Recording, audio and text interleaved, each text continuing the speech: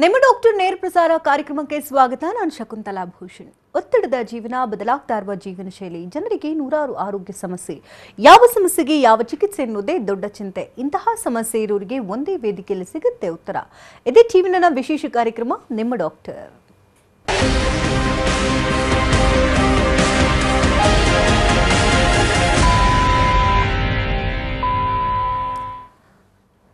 ಬದಲಾಗ್ತಾ ಇರುವಂತಹ ಜೀವನ ಶೈಲಿ ಮತ್ತು ಆಹಾರ ಕ್ರಮದಿಂದ ಅನೇಕ ರೀತಿಯ ಆರೋಗ್ಯ ಸಮಸ್ಯೆಗಳು ಪ್ರತಿಯೊಬ್ಬರನ್ನ ಬೆಂಬಿಡದೆ ಕಾಡ್ತಾ ಇದೆ. ಅದರಲ್ಲೂ ಇತ್ತೀಚಿನ ದಿನಮಾನಗಳಲ್ಲಿ ಪೈಲ್ಸ್, ಫಿಷರ್, ಫಿಸ್ಟುಲಾ ಈ ಒಂದು ಸಮಸ್ಯೆಗಳು ಹೆಚ್ಚಾಗಿ ಕಾಣಿಸ್ಕೊಳ್ತಾ ಇದೆ.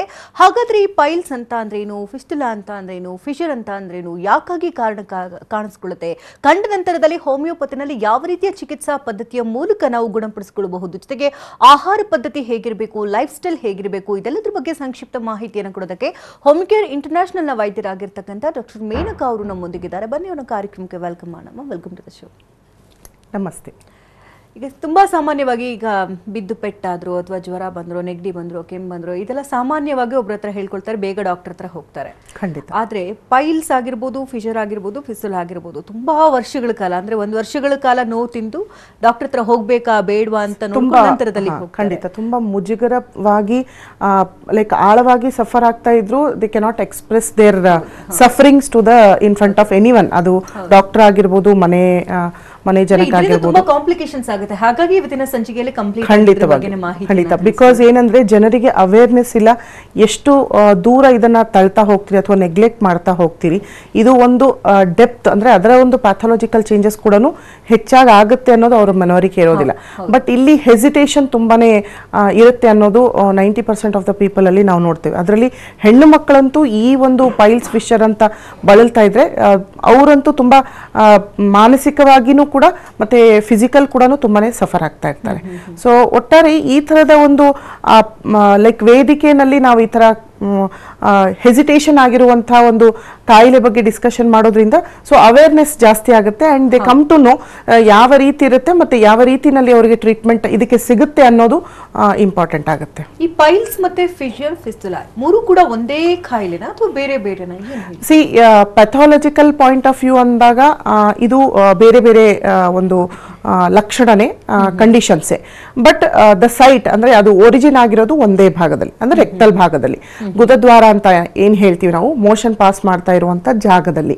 ಸೊ ಇದೇನಾಗುತ್ತೆ, ರೆಕ್ಟಲ್ ಸ್ವೆಲ್ಲಿಂಗ್ ಅಂತ ಬಂದಾಗ, ಒಂದು ತರನಾದ ಊದುವಿಕೆ ಅಂತ ಬಂದಾಗ, ಅಲ್ಲಿ ರೆಡ್ನೆಸ್, ಪೇನ್ ಇದ್ದಾಗ ಅದನ್ನ ನಾವು ಪೈಲ್ಸ್.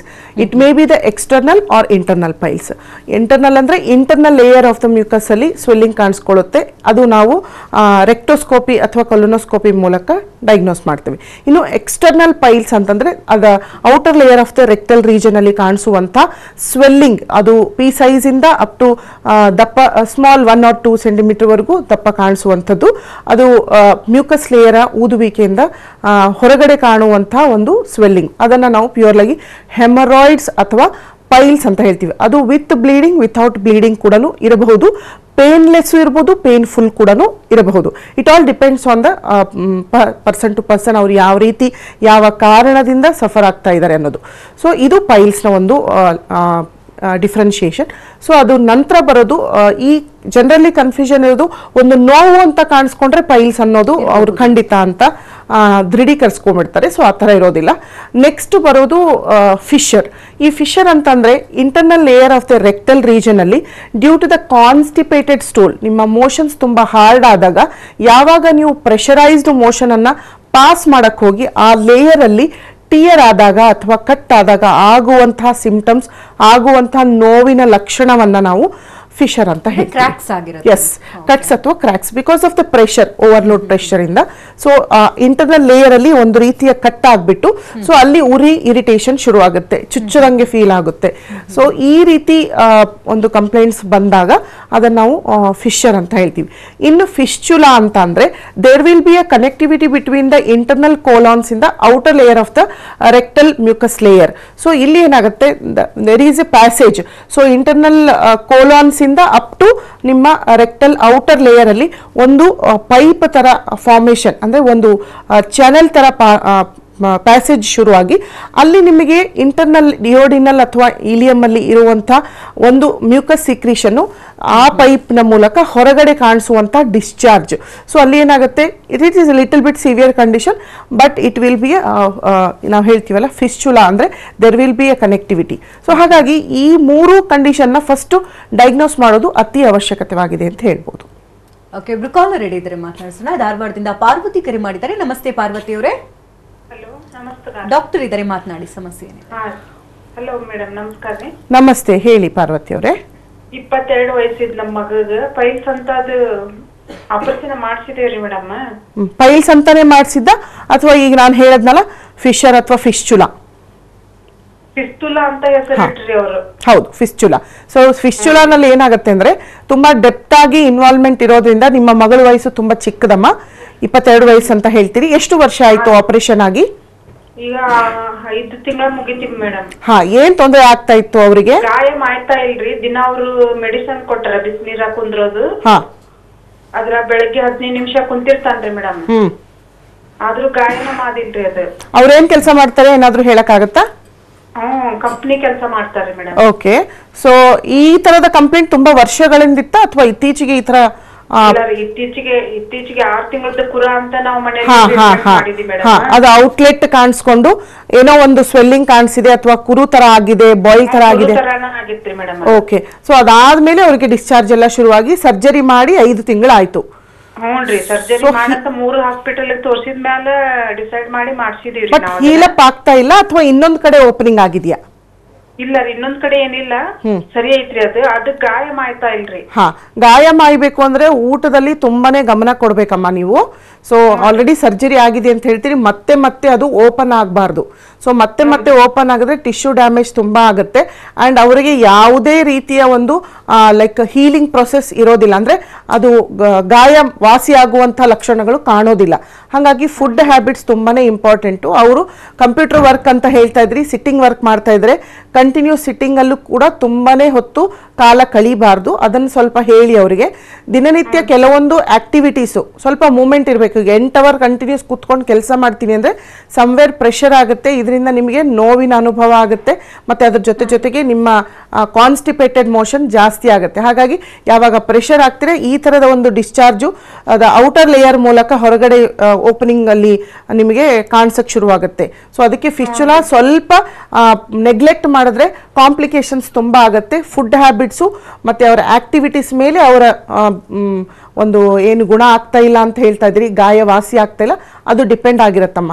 ಅವ್ರಿಗೆ ಹೇಳಿ. ಮತ್ತೆ ವೇಟ್ ಗೇನ್ ಆಗಲೇಬಾರದು. ಫುಡ್ಡಲ್ಲಿ ತುಂಬಾನೇ ಕಾಳಜಿ ವಹಿಸಿ. ಇನ್ನೇನಾದರೂ ಅವರಿಗೆ ಕಾಂಪ್ಲಿಕೇಶನ್ಸ್ ಅಂತ ಆಫ್ಟರ್ ಸರ್ಜರಿ ಇದ್ದಿದ್ದೇ ಆಗಿದ್ರೆ ಖಂಡಿತ ಹೋಮಿಯೋಪತಿ ಚಿಕಿತ್ಸೆಯನ್ನು ಅವ್ರಿಗೆ ನೀಡಿದ್ದೇ ಆಗಿದ್ರೆ ಸಿಂಪ್ಟಮೆಟಾಲಜಿ ಅವ್ರು ಕಂಪ್ಲೀಟ್ ಆಗಿ ಗುಣ ಹೋಗ್ತಾರಮ್ಮ. ಅದೇನು ಹೀಲ್ ಆಗ್ತಾ ಇಲ್ಲ ಅಂತ ಹೇಳ್ತಿದ್ರಿ, ಅದು ಕೂಡ ವಾಸಿ ಆಗುತ್ತೆ. ಧನ್ಯವಾದ ಪಾರ್ವತಿ ಅವರೇ ಕರೆ ಮಾಡೋದಕ್ಕಾಗಿ. ಇನ್ನು ಯಾವ ಕಾರಣಗಳಿಂದ ಈ ಪೈಲ್ಸ್ ಆಗಿರ್ಬೋದು, ಫಿಶರ್ ಫಿಸ್ತುಲಾ ಬರಬಹುದು, ಜೊತೆಗೆ ಯಾವ ಏಜ್ನ ಇದು ಟಾರ್ಗೆಟ್ ಮಾಡುತ್ತೆ?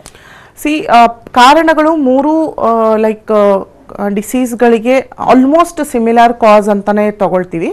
ಸೊ ಇತ್ತೀಚೆಗೆ ನಾವು ಸೇವಿಸುವ ಆಹಾರ ಯಾವ ರೀತಿ ಇದೆ ಅನ್ನೋದು ಡಿಪೆಂಡ್ ಆಗುತ್ತೆ. ಪೈಲ್ಸ್, ಫಿಶರ್ ಮತ್ತು fistula. The major complaint is constipation. Constipation ಅಂತಂದ್ರೆ ಮನುಷ್ಯನ ದೇಹದಲ್ಲಿರುವ ಫೈಬರ್ ಕಂಟೆಂಟ್ ತುಂಬಾನೇ ಕಡಿಮೆಯಾಗಿ ಯಾವಾಗ ನಾವು ಸೇವಿಸುವ ಆಹಾರ ಜೀರ್ಣಾಂಗ ವ್ಯವಸ್ಥೆಗೆ ಒಳಪಟ್ಟು ದ ಎಕ್ಸೆಸಿವ್ ಏನಾಗುತ್ತೆ, ದ ಅನ್ವಾಂಟೆಡ್ ಫುಡ್ ಪಾರ್ಟಿಕಲ್ ಯಾವಾಗ ನಮಗೆ ರೆಕ್ಟಲ್ ಮೂಲಕ ಹೋಗಬೇಕಾದಾಗ ಫೈಬರ್ ಯುಕ್ತ ಇದ್ದಾಗ ಆ ಪ್ರೆಷರ್ ಅಲ್ಲಿ ಇರೋದಿಲ್ಲ.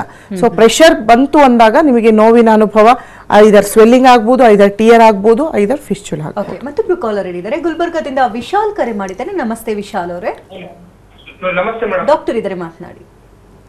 ನಮಸ್ತೆ ಮೇಡಮ್. ನಮಸ್ತೆ ವಿಶಾಲ್ ಅವರೇ, ಹೇಳಿ. ಅದೇ ಮೇಡಮ್, ನಮ್ಮ ಫಾದರ್ ಕೂಡ ಸಿನ್ಸ್ ಒಂದು 25 ಇಯರ್ಸ್ ಮೂಲವ್ಯಾಧಿ ಅಂತ ಇರ್ತಾರೆ ಮೇಡಮ್. 25 ವರ್ಷದಿಂದ ಮೂಲವ್ಯಾಧಿ ಅಂತ ಹೇಳ್ತಿದಾರಾ? ಹೌದು ಇತ್ತು. ಏನು ವಯಸ್ಸು? ಒಂದು 85 ಮೇಡಮ್. 85. ಓಕೆ, ಹೇಳಿ ವಿಶಾಲ್ ಅವರೇ. ಇವಾಗ ಅದು ಮೂಲವ್ಯಾಧಿಯಿಂದ ಬೇರೆ ಕನ್ವರ್ಟ್ ಆಗಿದೆ ಅಂತ ಡಾಕ್ಟರ್ ರಿಪೋರ್ಟ್ ಕೊಟ್ಟಿದ್ದಾರೆ. ಬೇರೆ ಕನ್ವರ್ಟ್ ಆಗಿದೆ ಅಂದ್ರೆ ಸರ್ಜರಿ ಆದ್ಮೇಲೆ ಕನ್ವರ್ಟ್ ಆಗಿದೆಯಾ? ಸರ್ಜರಿ ಇನ್ನೂ ಆಗಿಲ್ವಾ? ಸರ್ಜರಿ ಆಗಿಲ್ಲ ಮೇಡಮ್. ಓಕೆ, ಸೊ ಬೇರೆ ರೀತಿಯ ಕನ್ವರ್ಟ್ ಅಂದ್ರೆ ಇಟ್ ಮೇ ಬಿ ಕ್ಯಾನ್ಸರಸ್ ಅಥವಾ ಯಾವ ರೀತಿ? ಡಾಕ್ಟರ್ ಅದೇ ತರ ಹೇಳ್ತಾ ಇದಾರೆ ಮೇಡಮ್. Yes of course. ನೋಡಿ, ತುಂಬಾ ಲಾಂಗ್ ಡ್ಯೂರೇಷನ್ ವರೆಗೂ ಅವರು ಈ ತರದ ಒಂದು ಹೆಮರಾಯ್ಡ್ಸ್ ಅಥವಾ ಮೂಲವ್ಯಾಧಿ ಅಂತ ನಾವೇನು ಆಡುಭಾಷೆನಲ್ಲಿ ಕರಿತೀವಿ, ಸೊ ಅದು ತುಂಬಾನೇ ನೆಗ್ಲೆಕ್ಟ್ ಮಾಡಿದ್ದೆ ಆಗಿದ್ರೆ ಆ ಸ್ವೆಲ್ಲಿಂಗ್ ಹಾಗೆ ಎಕ್ಸ್ಟರ್ನಲ್ ಅಥವಾ ಇಂಟರ್ನಲ್ ಆಗಿ ಸ್ವೆಲ್ಲಿಂಗ್ ಹಾಗೆ ಉಳ್ಕೊಂಡು ಅನ್ಹೈಜಿನಿಕ್ ಆಗಿ ಕನ್ವರ್ಟ್ ಆಗಿ ಟಿಶ್ಯೂ ಡಿಸ್ಟ್ರಕ್ಷನ್, ಟಿಶ್ಯೂ ಡ್ಯಾಮೇಜ್ ಮೂಲಕ ಈ ಥರದ ಒಂದು ಕ್ಯಾನ್ಸರಸ್ ಟೆಂಡೆನ್ಸಿಗೆ ಟರ್ನ್ ಆಗುವಂಥದ್ದು ನಾವು ನೋಡ್ತೇವೆ. ಅದು ಲೇಟರ್ ಸ್ಟೇಜ್ ಆಫ್ ಲೈಫಲ್ಲಿ. ಈಗ ನಿಮ್ಮ ಫಾದರ್ಗೆ 85 ಇಯರ್ಸ್ ಆ್ಯಂಡ್ ಅವ್ರು ಸಫರ್ ಮಾಡ್ತಾ ಇರೋ ಪೈಲ್ಸ್ ಅಥವಾ ಹೆಮರಾಯ್ಡ್ ಕಂಡೀಷನ್ ತುಂಬ ವರ್ಷಗಳವರೆಗೆ ಇತ್ತು, 25 ಇಯರ್ಸ್ ಅಂತ ಹೇಳ್ತಾ ಇದೆ. ಸೊ ಅದಕ್ಕೆ ಅವರಿಗೆ ಪಾರ್ಷಿಯಲ್ ವೇ ಆಫ್ ಟ್ರೀಟ್ಮೆಂಟ್ ತಗೊಳ್ಬೇಕು. ಸೊ ಇದು ಯಾವುದೇ ಸಿಸ್ಟಮ್ ಅಂತ ಅಲ್ಲ. ಸೊ ಅಲ್ಲಿ ಪಾರ್ಷಿಯಲ್ ವೇ ಆಫ್ ಸಿಸ್ಟಮ್ ಅಂತಂದರೆ ಅವರಿಗೆ ಯಾವ ಸಿಂಪ್ಟಮ್ಸು ಹೆಚ್ಚು ಕಾಡ್ತಾ ಇದೆ, ಫಸ್ಟ್ ಸಿಂಪ್ಟಮಟಾಲಜಿ ಮೂಲಕ ನೀವು ಟ್ರೀಟ್ಮೆಂಟನ್ನು ಕೊಡಿಸಿ. ಬಿಕಾಸ್ ಪೇನ್ ರಿಲೀಫ್ ಆಗಬೇಕು, ಉರಿ ಇರಿಟೇಷನ್ ರಿಲೀಫ್ ಆಗಬೇಕು, and he has to pass motion very easily. ಈ 3 ಸಂಗತಿಯನ್ನು ನೀವು ಮನವರಿಕೆ ಮಾಡ್ಕೊಳ್ಳಿ. ಬಿಕಾಸ್ ಸಫರಿಂಗ್ ತುಂಬ ಇರುತ್ತೆ. ದ ಕ್ಯಾನ್ಸರಸ್ ಕಂಡೀಷನ್ಸ್ಗೆ ಅವರು ಸ್ಟೇಜ್ ವೈಸ್ ಡಯಾಗ್ನೋಸ್ ಮಾಡ್ತಾರೆ. First stage, second stage, third ಸ್ಟೇಜಲ್ಲಿದ್ದರೆ ಏನೂ ಮಾಡೋಕ್ಕಾಗೋದಿಲ್ಲ, ಲೆಟ್ ಇಟ್ ಬಿ. ಸೆಕೆಂಡ್ ಸ್ಟೇಜಲ್ಲಿದ್ದಾಗ ಖಂಡಿತ ಕೀಮೋ ಎಫೆಕ್ಟ್ 2 months ಆಫ್ ಟ್ರೀಟ್ಮೆಂಟಿಂದ ಅವರು ಅಲಾಂಗ್ ವಿತ್ ಹೋಮಿಯೋಪತಿ ತಗೊಂಡ್ರೆ ಯಾವುದೇ ರೀತಿಯ ಅಡ್ಡ ಪರಿಣಾಮ ಇರ್ತದೆ. ಆ್ಯಂಡ್ ಪ್ರೆಸೆಂಟ್ ಕಂಡೀಷನ್ಸ್ಗೆ ಅವರಿಗೆ ಹೋಮಿಯೋಪತಿ ಚಿಕಿತ್ಸೆ ಅಳವಡಿಸ್ಕೊಳ್ಳಿ. ಬಿಕಾಸ್ ಸಿಂಪ್ಟಮ್ಸ್ ತುಂಬ ಸಿವಿಯರ್ ಇರುತ್ತೆ. And along with chemotherapy follow up ಅನ್ನು ತಗೊಳ್ಳಿ. ಸೊ ಅದರಿಂದ ಅವರು ಖಂಡಿತ ಸೆಕೆಂಡ್ ಸ್ಟೇಜ್ ಇದ್ದರೆ ಬೇಗ ಗುಣ ಹೊಂದುತ್ತಾರೆ ಅನ್ನುವ ಆಶಾಭಾವನೆನ ನಾವು ವ್ಯಕ್ತಪಡಿಸ್ತೀವಿ. ಮೇಡಮ್ ಹೇಳಿ. ಇವಾಗ ಡೈಲಿ 5 times ಮೋಷನ್ ಹೋಗ್ತಾರೆ madam, daily 5 to 6 times. This is the condition. ಅವರಿಗೆ ಕ್ಯಾನ್ಸರ್ ಸ್ಟೇಜ್ ಅಂತ ಹೇಳ್ತಾ ಇರಬೇಕಾದ್ರೆ ಅವರ ಮ್ಯೂಕಸ್ ಲೇಯರ್ ತುಂಬಾನೇ ಕಂಟ್ರೋಲ್ ಅಲ್ಲಿ ಇಲ್ಲ. ಸೊ ಆ ಮ್ಯೂಕಸ್ ತನ್ನ ಫೈಬರ್ ಯುಕ್ತವನ್ನ ಕಳ್ಕೊಂಡಿದೆ, ಎಲಾಸ್ಟಿಸಿಟಿ ಕಳ್ಕೊಂಡಿದೆ, ಹಿಡಿದಿಡುವಂತಹ ಒಂದು ಕೆಪಾಸಿಟಿ ಲಾಸ್ ಆಗಿದೆ. ಹಾಗಾಗಿ ಅವರಿಗೆ ಮೋಷನ್ಸ್ ಅಲ್ಲಿ ಕಂಟ್ರೋಲ್ ಇರೋದಿಲ್ಲ. He has to pass to this until unless urgency ಬರೋವರೆಗೂ. ಸೊ ಹಾಗಾಗಿ ಇದನ್ನ ನೀವು ಪ್ರಿಕಾಷನ್ಸ್ ತಗೊಳ್ಳಿ. ಖಂಡಿತ ಇದಕ್ಕೆ ಚಿಕಿತ್ಸೆ ಇದೆ. ನೀವು ವಿಶಾಲ್ ಅವರೇ ತುಂಬಾ ಎಕ್ಸೈಟ್ ಆಗಬೇಡಿ, ಟೆನ್ಷನ್ ತಗೋಬೇಡಿ. ಸೊ ಬಿಕಾಸ್ ಇಲ್ಲಿ ಏನಿದೆ ಅಂದ್ರೆ ಒಂದ್ಸತಿ ಡಯಾಗ್ನೋಸ್ ಆಗಿದೆ, ಡಯಾಗ್ನೋಸ್ ಆಗೋದು ಲೇಟ್ ಆಗಿರ್ಬೋದು, ಬಟ್ ಏನಂದ್ರೆ ಸೆಕೆಂಡ್ ಸ್ಟೇಜ್ ಅಲ್ಲಿ ಇದ್ರೆ ನೀವು ಇದನ್ನ ಇನ್ನೂ ನೆಗ್ಲೆಕ್ಟ್ ಮಾಡಕ್ ಹೋಗಬೇಡಿ ಅನ್ನೋದು ನನ್ನ ಒಂದು ಅನಿಸಿಕೆ. ಧನ್ಯವಾದ ವಿಶಾಲ್ ಅವರೇ ಕರೆ ಮಾಡುತ್ತದಕ್ಕಾಗಿ. ವೀಕ್ಷಕರಿಗೆ ಕಾರ್ಯಕ್ರಮ ಮುಂದುವರಿಯುತ್ತೆ ಒಂದು ಪುಟ್ಟದೊಂದು ಬ್ರೇಕ್ನ ಬಳಿಕ.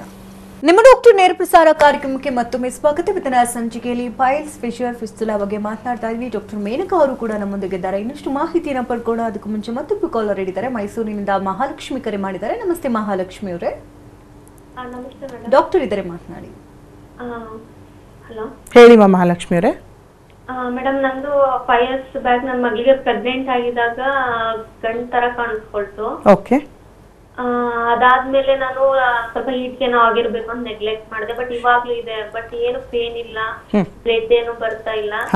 ಸ್ವಲ್ಪ ನಾನ್ ವೆಜ್ ತಿಂದಾಗ ಸ್ವಲ್ಪ ಸೆನ್ಸ್ ಆಗುತ್ತೆ ಗಂಟಿದೆ ಅಂತ, ಅಲ್ಲಿ ತನಕನೂ ಗೊತ್ತಾಗಲ್ಲ. ನಿಮಗೆ ಲೈಕ್ ಪ್ರೆಗ್ನೆನ್ಸಿ ಟೈಮಲ್ಲಿ ಅಂತಂದ್ರೆ ಈಗ ಡೆಲಿವರಿ ಆಗಿ ಎಷ್ಟು ದಿವಸಗಳಾಯ್ತಮ್ಮ? 5 years ಆಗಿದೆ. 5 years. ಸೊ ಅಲ್ಲಿ ಶುರುವಾಗಿದ್ದು ಇಲ್ಲಿವರೆಗೂ ನಿಮ್ಗೆ ಏನೇ ಆದ್ರೂ ಹೀಟ್ ಪದಾರ್ಥ ಅಥವಾ ಏನಾದರೂ ಹಾರ್ಡ್ ಫುಡ್ ತಗೊಂಡಾಗ ಆ ಸೆನ್ಸ್ ನಿಮಗೆ ಫೀಲ್ ಆಗುತ್ತೆ ಅನ್ನೋವಂಥ ಕ್ವೆಶನ್. ಬಟ್ ಅದು ಪೇನ್ಲೆಸ್ ಇರುತ್ತೆ, ಬ್ಲೀಡಿಂಗ್ ಇರೋದಿಲ್ಲ. ಸೊ ನಾನು ಫಸ್ಟ್ ಇನಿಷಿಯಲ್ ಸ್ಟೇಜಲ್ಲೇ ಹೇಳ್ತಾ ಇದ್ದೆ, ಪೈಲ್ಸಲ್ಲಿ ಹಲವಾರು ಸಿಂಪ್ಟಮ್ಸ್ಗಳು ವೇರಿ ಆಗುತ್ತೆ ಪರ್ಸನ್ ಟು ಪರ್ಸನ್. ನಿಮಗೆ ಪೇನ್ಲೆಸ್ ಇಲ್ಲ, ಬ್ಲೀಡಿಂಗ್ ಇಲ್ಲ. ಸೊ ಆ್ಯಕ್ಚುಲಿ ಇಲ್ಲದಿದ್ದಾಗ ಮ್ಯೂಕಸ್ ಲೇಯರ್ ತುಂಬ ಸೆನ್ಸಿಟಿವ್ ಇದೆ. ಸೊ ಆ ಸೆನ್ಸಿಟಿವ್ ಯಾವುದಕ್ಕಿದೆ ಅಂತಂದ್ರೆ ನೀವು ತಗೊಳ್ತಾ ಇರುವ ಫುಡ್ ಮೇಲೆ ಡಿಪೆಂಡ್ ಆಗಿರುತ್ತೆ. ಸೊ ಇದಕ್ಕೆ ಕಂಪಲ್ಷನ್ ಆಗಿ ಟ್ರೀಟ್ಮೆಂಟ್ ತಗೊಳ್ಳೇಬೇಕು ಅನ್ನೋದಿಲ್ಲ. You can manage well at home. So ಏನಂದರೆ ಮನೆಯಲ್ಲೇ ಸ್ವಲ್ಪ ನೀವು ಫುಡ್ಡಲ್ಲಿ ಕಾಷಿಯಸ್ ಆಗಿ ಫಾಲೋ ಮಾಡಿ. ಸೊ ಏನಾದರೂ ನಾನ್ ವೆಜ್ ಪದಾರ್ಥವನ್ನು ನೀವು ತಗೊಂಡಿದ್ದೇ ಆಗಿದ್ರೆ ಆ ದಿನ ನೀವು ಹೆಚ್ಚಿನ ನೀರಿನ ಅಂಶ ತಗೊಳ್ಳೋದು, ಪ್ಲಸ್ ಈ ಥರ ಟೆಂಡರ್ ಕೋಕೋನಟ್ ಎಳನೀರು ಮತ್ತು ಮಜ್ಜಿಗೆ ಪದಾರ್ಥಗಳನ್ನು, ವಾಟರಿ ಕಂಟೆಂಟನ್ನು ಸ್ವಲ್ಪ ಜಾಸ್ತಿ ಬಳಸಿದ್ರೆ ನಿಮ್ಮ ಬಾಡಿ ಕೂಲ್ ಆಗುತ್ತೆ. ಅವಾಗ ಏನಾಗುತ್ತೆ, ಬ್ಯಾಲೆನ್ಸ್ಡ್ ಆಗುತ್ತೆ ನೀವು ತಗೊಂಡಿರೋ ಫುಡ್ಗೂ ಪ್ಲಸ್ ಇದಕ್ಕೂ. ಕೆಲವೊಬ್ಬರು ಸಿಂಪಲ್ ಐರನ್ ಟ್ಯಾಬ್ಲೆಟ್ಸ್ಗಳನ್ನು ಯೂಸ್ ಮಾಡಿದ್ರೂ ಕೂಡ ಈ ಥರ ಒಂದು ಪೈಲ್ಸ್ ಕಂಪ್ಲೇಂಟ್ಸ್ಗಳು ಬರುತ್ತೆ. ಸೇಮ್ ನಿಮ್ಮ ಕಂಪ್ಲೇಂಟ್ಸೇ, ಬಟ್ ಯಾವಾಗೋ ಒಂದ್ಸತಿ ಕಾಣಿಸೋದು ಮತ್ತೆ ಹೋಗುತ್ತೆ. So it is not major ಅಮ್ಮ, ಬಟ್ ಟಿಶ್ಯೂ ಸೆನ್ಸಿಟಿವ್ ಆಗಿರೋದ್ರಿಂದ ನಿಮ್ಮ ಫುಡ್ ಮೇಲೆ ಇದು ಅವಲಂಬಿತ ಆಗಿದೆ ಅಂತ ಹೇಳ್ಬೋದು. ಅಂದ್ರೆ ಫುಲ್ ಗಂಟ್ ರಿಮೂವ್ ಆದ್ರೆ ಸ್ವಲ್ಪ ಗಂಟು ರಿಮೂವ್ ಆಗೋದಿಲ್ಲಮ್ಮ, ಅದು ಸ್ವೆಲ್ಲಿಂಗ್ ಬಂದ್ಬಿಟ್ಟಿರುತ್ತೆ. ಬಿಕಾಸ್ ನೀವು ಫುಡ್ಡು ಹೀಟ್ ಪದಾರ್ಥ ಹೆಚ್ಚಾಗಿ ತಗೊಂಡಾಗ ಅಲ್ಲೇನಾಗುತ್ತೆ, ಮ್ಯೂಕಸ್ ಸೆನ್ಸಿಟಿವ್ ಇರೋದ್ರಿಂದ ಸಡನ್ ಆಗಿ ಊದ್ಕೊಳ್ಳುತ್ತೆ, ಇನ್ಫ್ಲೇಮ್ಡ್ ಆಗಿರುತ್ತೆ. ಸೊ ಆ ಥರದಲ್ಲಿ ಇದ್ದಾಗ ನೀವು ಅದಕ್ಕೆ ಗಂಟನ್ನು ತೆಗೆಸ್ಕೋಬೇಕು ಅಥವಾ ಸರ್ಜರಿ ಮಾಡಿಸ್ಕೋಬೇಕು ಅನ್ನೋದಲ್ಲ. ಮತ್ತೆ ಮತ್ತೆ ಬೆಳೀತಿದೆ, ಮತ್ತೆ ಹೀಟ್ ಪದಾರ್ಥ ತಗೊಂಡ್ರೆ ಮತ್ತೂ ಹಂಗೆ ಇರುತ್ತೆ. ಬಿಕಾಸ್ ಎಂಟೈರ್ ನಿಮ್ಮ ಒಂದು ಏನು ಇಂಟರ್ನಲ್ ರೆಕ್ಟಲ್ ಲೇಯರ್ ಇದೆಯಲ್ಲ ಅದು ಸೆನ್ಸಿಟಿವ್ ಇರುತ್ತೆ. ಸೊ ಅದು ಈ ಥರ ಇನ್ಫ್ಲಮೇಷನ್ಗೆ ಒಳಪಡುತ್ತೆ. ಸೊ ಹಾಗಾಗಿ ಇದಕ್ಕೆ ಪರ್ಮನೆಂಟ್ ಸೊಲ್ಯೂಷನ್ ನಿಮ್ಮ ಆಹಾರ ಪದ್ಧತಿ. ನೀವು ಹೇಗೆ ನೀವು ಫುಡ್ಡನ್ನು ತಗೊಳ್ತೀರಿ ಹಾಗೆ ನಿಮ್ಮ ಪೈಲ್ಸ್ ಕಂಪ್ಲೇಂಟ್ಸ್ ಮ್ಯಾನೇಜ್ ಆಗುತ್ತೆ ಅಂತ ಹೇಳ್ಬೋದು. ಧನ್ಯವಾದ ಮಹಾಲಕ್ಷ್ಮಿ ಅವರೇ ಕರೆ ಮಾಡೋದಕ್ಕೆ. ಇನ್ನು ಇದು ತುಂಬಾ ಜನರಿಗೆ ಇತ್ತೀಚಿನ ದಿನಗಳಲ್ಲಿ ಲೈಫ್ ಸ್ಟೈಲ್ ಡಿಸೀಸ್ ಆಗಿದೆ ಅಂತ ಹೇಳ್ಬೋದು. ಡ್ರೈವರ್ಸ್ ಗಳಲ್ಲಿ ಹೆಚ್ಚಾಗಿ ಕಂಪ್ಲೇಂಟ್ಸ್ ಗಳನ್ನ ನಾವು ಕೇಳ್ತಾ ಇರ್ತೀವಿ, ಬಾಣಂತಿಯರಲ್ಲೂ ಕೂಡ ಹೆಚ್ಚಾಗಿ ಕಂಪ್ಲೇಂಟ್ಸ್ ಗಳಿದು. ಸೊ ಏನ್ ಸೊಲ್ಯೂಷನ್ ಅಂತ ಹೇಳ್ತೀರಿ? ಅಂದ್ರೆ ಫುಡ್ ಹ್ಯಾಬಿಟೇ ಮೇನ್ ಅಂತನಾ? ಫುಡ್ ಹ್ಯಾಬಿಟ್ ಒಂದು ಕಡೆ ಆದರೆ ಈಗ ನೋಡಿ, ಹೆಚ್ಚಿನ ಸಂಖ್ಯೆಯಲ್ಲಿ ಈಗ ನಾವು ಡ್ರೈವರ್ಸ್ಗಳನ್ನೇ ತಗೊಳ್ಳೋಣ, ಅಥವಾ ಈಗ ಕಂಟಿನ್ಯೂಸ್ ಒಂದೇ ಕಡೆ ನಿಂತ್ಕೊಂಡು ಕೆಲಸ ಮಾಡ್ತಿರ್ತಾರೆ. ಈಗ ಲೇಬರರ್ಸ್ ಆಗಿರ್ಬೋದು, ಗೇಟ್ ಕೀಪರ್ಸ್ ಆಗಿರ್ಬೋದು. Lack of movements, lack of activities ಒಂದು ಕಾರಣ. ಮತ್ತು ಇದರ ಜೊತೆಗೆ ಅವರು ಆಹಾರವನ್ನು ಯಾವ ರೀತಿಯ ಅದನ್ನು ಬಳಸ್ತಾ ಇದ್ದಾರೆ. ಸೊ ಇತ್ತೀಚೆಗೆ ಏನಾಗಿದೆ, ಎಲ್ಲರಿಗೂ ಅವರವರ ಲೈಫ್ ಸ್ಟೈಲ್ ಎಷ್ಟೊಂದು ಫಾಸ್ಟಾಗಿ, ಯಾರಿಗೂ ಟೈಮ್ ಇಲ್ಲ ಹೆಲ್ದಿ ಫುಡ್ ಮತ್ತು ಫೈಬರ್ ಫುಡ್ ಕನ್ಸ್ಯೂಮ್ ಮಾಡೋಕ್ಕೆ. ಏನಾಗ್ತದೆ, ಬೆಳಿಗ್ಗೆ ಹೇಗೋ ಬೇಗ ವರ್ಕ್ಗೆ ಹೋಗಬೇಕು ಅನ್ನೋ ಏನೋ ತಿಂಡಿಯನ್ನು ಬಾಕ್ಸ್ಗೆ ಹಾಕೊಂಡು ಹೋಗೋದು, ಮಧ್ಯಾಹ್ನ ಅಲ್ಲೆಲ್ಲೋ ಕ್ಯಾಂಟೀನಲ್ಲಿ ಅಲ್ಲೆಲ್ಲೋ ಹೋಟ್ಲ್ ಊಟ ತೊಗೊಳ್ಳೋದು, ಲೇಟ್ ನೈಟಲ್ಲಿ ಅವರಿಗೆ ಕಂಪ್ಲೀಟ್ ಮೀಲ್ಸ್ ಥರ ಎಲ್ಲ ಥರದ ಫುಡ್ಡನ್ನು ತಗೊಂಡಾಗ body will not get adjust. ನೀವು ನೈಟಲ್ಲಿ ಮಲಗಬೇಕಾದ್ರೆ ನಿಮಗೆ ಎನರ್ಜಿ ತುಂಬಾ ಕಡಿಮೆ ಲೆವೆಲ್ ಬೇಕು, ಕ್ಯಾಲೋರೀಸ್ ಕಡಿಮೆ ಲೆವೆಲಲ್ಲಿ ಬೇಕು. ಆಗ ನೀವು ಹೆಚ್ಚಿನ ಸಂಖ್ಯೆಯ ಊಟವನ್ನು ದೇಹಕ್ಕೆ ನೀಡ್ತೀರಿ ಅಂದಾಗ it will have A adverse effect. Digestion disturbance first ಆಗುತ್ತೆ, ಅದಾದ ನಂತರ ಕಾನ್ಸ್ಟಿಪೇಷನ್ ಆಗುತ್ತೆ, ಅದಾದ ನಂತರ ಬರೋದೇ piles, Fisher, fistula complaints. So ಹಾಗಾಗಿ ಹೆಚ್ಚಿನ ಸಂಖ್ಯೆಯವರು ಈ ಒಂದು ಫುಡ್ ಹ್ಯಾಬಿಟ್ಸನ್ನು ಕರೆಕ್ಟಾಗಿ ಫಾಲೋ ಮಾಡಿ ಫೈಬರ್ ಯುಕ್ತ ಫುಡ್ಡನ್ನು ತಗೊಳ್ಳಿ. ವಾಟರ್ ತುಂಬ ಬಳಸಿ. ಅಂದರೆ ಮಿನಿಮಮ್ ನಿಮ್ಮ ದೇಹಕ್ಕೆ ಎಷ್ಟು ಅನುಕೂಲ ಅಂದರೆ 3 ಲೀಟರ್ ಆನ್ ಎನ್ ಎವರೇಜ್ 50 ರಿಂದ 55 kg ಇರೋರು ತಗೊಳ್ಬೇಕು. ಸೊ ಆ 3 ಲೀಟರ್ ನೀವು ಕನ್ಸ್ಯೂಮ್ ಮಾಡ್ತಾ ಇದ್ದೀರಾ ಅನ್ನೋದು ಇಂಪಾರ್ಟೆಂಟ್. ಯಾಕಂದರೆ ನಮ್ಮ ದೇಹದ ಒಂದು ಡೈಜೆಸ್ಟಿವ್ ಸಿಸ್ಟಮ್ ಹೇಗೆ ಅಂದರೆ, ಫುಡ್ಡು ತಾನಾಗೆ ಒಂದು ಬೋಲಸ್ ಆಗಿ ಕನ್ವರ್ಟ್ ಆಗಿ ಎನರ್ಜಿ ಆಗಿ ಮಾರ್ಪಾಡು ಹೊಂದಕ್ಕೆ ನೀರಿನ ಅವಶ್ಯಕತೆ ಬೇಕು. ಯಾಕಂದರೆ ಫುಡ್ಡು ಗಟ್ಟಿ ಪದಾರ್ಥ, ನಾವು ಹೇಗೆ ಅದನ್ನು ಡೈಜೆಸ್ಟಿವ್ ಸಿಸ್ಟಮ್ ಒಳಪಡ್ತೀವಿ ಅದಕ್ಕೆ ಸರ್ಟನ್ ಎನ್ಸೈಮ್, ಸರ್ಟನ್ ಈ ಒಂದು ನಾವು ಹೇಳ್ತೀರೋ ಮ್ಯೂಕಸ್ ಎಲ್ಲ ಮಿಕ್ಸಪ್ ಆಗಿ ವಾಟರ್ ಕಂಟೆಂಟು ಬೇಕು. ಯಾವ ಫುಡ್ ಅನ್ನ ಕಂಪ್ಲೀಟ್ ಆಗಿ ನಿಲ್ ಮಾಡಬೇಕು? ನಿಲ್ ಮಾಡೋದಂದ್ರೆ ಮೈದಾ and bakery item. So junk ಫುಡ್ಗಳನ್ನ ಅವರು ಅವಾಯ್ಡ್ ಮಾಡಬೇಕು. ಫುಡ್ಡಲ್ಲಿ ಅತಿ ಹೆಚ್ಚಿನ ಪದಾರ್ಥವನ್ನು ತಗೊಳ್ಳೋದು ಫೈಬರ್ ಯುಕ್ತ ಅಂದ್ರೆ ಹಣ್ಣು, ತರಕಾರಿ, ಸೊಪ್ಪುಗಳನ್ನ ಹೆಚ್ಚಾಗಿ ಬಳಸಬೇಕು. ತುಂಬಾ ಜನ ಸೊ ತುಂಬಾ ಜನ ಅವರಿಗೆ ಅದು ಸ್ಪೈಸಿ ಅಂತ ಅನ್ಸೋದಿಲ್ಲ, ಬಟ್ ಪೈಲ್ಸ್ ಇರೋರಿಗೆ ಖಂಡಿತ ಅದನ್ನ ಅವಾಯ್ಡ್ ಮಾಡಲೇಬೇಕಾಗುತ್ತೆ. ಅಂಡ್ ಒನ್ ಮೋರ್ ಥಿಂಗ್, ಈ ಒಂದು ಲ್ಯಾಕ್ ಆಫ್ ಆಕ್ಟಿವಿಟೀಸ್ ಇಂದನೂ ಕೂಡ ತುಂಬ ಜನ ಈ ಒಂದು ಒಬೆಸಿಟಿಯಿಂದ ಬಳಲ್ತಾ ಇದ್ದಾರೆ. ಸೊ ಒಬೆಸಿಟಿಯಿಂದ ಏನಾಗುತ್ತೆ, ಸೊಂಟದ ಸುತ್ತಳತೆಯಲ್ಲಿರುವಂಥ ಒಂದು ವೇಟ್ ಜಾಸ್ತಿ ಆಗುತ್ತೆ. ಆ ವೇಟಿಂದ ಏನಾಗುತ್ತೆ, ನಿಮ್ಮ ಅಬ್ಡಾಮಿನಲ್ ವೇಟ್ ಕೂಡ ನಿಮ್ಮ ಥೈ ಮತ್ತು ರೆಕ್ಟಲ್ ರೀಜನಲ್ಲಿ ಹೆಚ್ಚಿನ ಭಾರವನ್ನು ಬೀಳಕ್ಕೆ ಶುರು ಆದಾಗ ನಿಮಗೆ ಕಾನ್ಸ್ಟಿಪೇಷನ್ ಸ್ಟೂಲ್ ತುಂಬಾ ಜಾಸ್ತಿ ಆಗುತ್ತೆ. ಬಿಕಾಸ್ ಒತ್ತುವಿಕೆ ಜಾಸ್ತಿ ಆಗುತ್ತೆ ಬೊಜ್ಜುತನದಿಂದ. ಸೊ ಇದು one of the major complaint. And ನಾನು ಇಂಪಾರ್ಟೆಂಟ್ ಪಾಯಿಂಟ್ ನಿಮಗೆ ಮಿಸ್ ಮಾಡಿದ್ದೀನಿ. ಒಂದು ಅಂದರೆ, ಹೆಚ್ಚಿನ ಸಂಖ್ಯೆಯಲ್ಲಿ ಯಾರು ಈ ಆಲ್ಕೋಹಾಲಿಕ್ ಅಡಿಕ್ಷನ್ ಇರ್ತಾರೆ ಆ್ಯಂಡ್ ಈ ಒಂದು ಚಿವಿಂಗ್ ಆಫ್ ಗುಟ್ಕಾಸ್ ಅದು ಇದು ಚಿವ್ ಮಾಡ್ತಾ ಇರ್ತಾರಲ್ಲ ಅವರಲ್ಲಿ, ಮತ್ತು ಸ್ಮೋಕು. ಸೊ ಈ 3 ಆಲ್ಕೋಹಾಲಿಕ್, ಸ್ಮೋಕ್ ಆ್ಯಂಡ್ ಚಿವಿಂಗ್ ಯಾರು ಹೆಚ್ಚು ಬಳಸ್ತಿರ್ತಾರೆ ಅವರಲ್ಲಿ ಮ್ಯೂಕಸ್ ಲೇಯರ್ ತುಂಬಾ ಇನ್ಫ್ಲೇಮ್ಡ್ ಆಗಿರುತ್ತೆ. ಯಾವುದೇ ರೀತಿಯ ಒಂದು ಟ್ರೀಟ್ಮೆಂಟ್ಗೆ ಅವರು ಸರಿಯಾಗಿ ರಿಯಾಕ್ಟ್ ಮಾಡೋಕ್ಕೋಗಿದ್ರೆ ಬಿಕಾಸ್ ಆಫ್ ಆ ಸ್ಮೋಕ್ ಟಾಕ್ಸಿಸಿಟಿ ಅವರ ದೇಹವನ್ನು ಆವರಿಸುತ್ತೆ. ಇಂಥವರೇ ಹೆಚ್ಚಾಗಿ ಇತ್ತೀಚಿನ ದಿನಗಳಲ್ಲಿ ಪೈಲ್ಸ್ ಕಂಪ್ಲೇಂಟ್ಸಿಗೆ ಬಳಲ್ತಾ ಇರೋದು. ಯಾಕೆ ನಾನು ಎಕ್ಸ್ಟ್ರಾ ಹೇಳ್ತಾ ಇದ್ದೀನಿ, ಯಾಕೆ ಡ್ರೈವರಲ್ಲೇ ಹೆಚ್ಚಾಗಿ ಕಾಣಿಸುತ್ತೆ ಅಂದರೆ, ಡ್ರೈವರ್ಗಳು ಈ ಥರದ ಅಭ್ಯಾಸವನ್ನು ಜಾಸ್ತಿ ಮಾಡ್ಕೊಂಡಿರ್ತಾರೆ. ಸೊ ದಟ್ ಈ ಒಂದು ಅಭ್ಯಾಸದಿಂದ ಅವರು ಫಸ್ಟ್ ಆಫ್ ಆಲ್ ಸಿಟ್ಟಿಂಗಲ್ಲಿ ಕೆಲಸ ಮಾಡೋದು ಓವರ್ ಹೀಟ್ ಆಗಿರುತ್ತೆ, ಅವರ ಸುತ್ತಳತೆಯಲ್ಲಿರೋ ಎನ್ವಿರಾನ್ಮೆಂಟು, ಅದರ ಜೊತೆಗೆ ಅವರು ಲೆಸ್ ವಾಟರ್ ಕನ್ಸಂಪ್ಷನ್ ಮಾಡ್ತಿರ್ತಾರೆ. ಹಾಗಾಗಿ ಇದು ಈ ಕಂಡೀಷನ್ ಇಂದ ಬರೋದ್ರಿಂದ ಇದನ್ನು ಅವಾಯ್ಡ್ ಮಾಡಿ ದಯವಿಟ್ಟು. ಓಕೆ ಡಾಕ್ಟರ್, ಕಾರ್ಯಕ್ರಮಕ್ಕೆ ಆಗಮಿಸಿ ಹಲವು ಮಾಹಿತಿನ ನೀಡಿದಕ್ಕಾಗಿ ಧನ್ಯವಾದಗಳು. ನಮಸ್ತೆ ವೀಕ್ಷಕರೇ, ಡಾಕ್ಟರ್ ಮೇನಕಾ ಅವ್ರನ್ನ ಭೇಟಿ ಮಾಡಬೇಕಂದ್ರೆ ಅಡ್ರೆಸ್ ಭೇಟಿ ರೀತಿ ನೋಟ್ ಮಾಡ್ಕೊಳ್ಳಿ. ಹೋಮಿಯೋಕೇರ್ ಇಂಟರ್ನ್ಯಾಷನಲ್ ಪ್ರೈವೇಟ್ ಲಿಮಿಟೆಡ್ ಬೆಂಗಳೂರಿನ ಬ್ರಾಂಚೆಸ್ಗಳು ಜಯನಗರ, ಮಲ್ಲೇಶ್ವರಂ, ಇಂದಿರಾನಗರ, HSR ಲೇಔಟ್ನಲ್ಲಿದೆ. ಇತರೆ ಶಾಖೆಗಳು ದಾವಣಗೆರೆ, ಬೆಳಗಾವಿ, ಹುಬ್ಬಳ್ಳಿ, ಶಿವಮೊಗ್ಗ, ತುಮಕೂರು, ವಿಜಯಪುರ, ಬೀದರ್, ಹಾಸನ, ಮೈಸೂರು, ಮಂಗಳೂರು, ಕಲಬುರಗಿ, ಬಳ್ಳಾರಿನಲ್ಲಿದೆ. ದೂರವಾಣಿ ಸಂಖ್ಯೆ ಈ ರೀತಿ ಇದೆ: 9550001133, ಮತ್ತೊಂದು ಸಂಖ್ಯೆ 180010081212.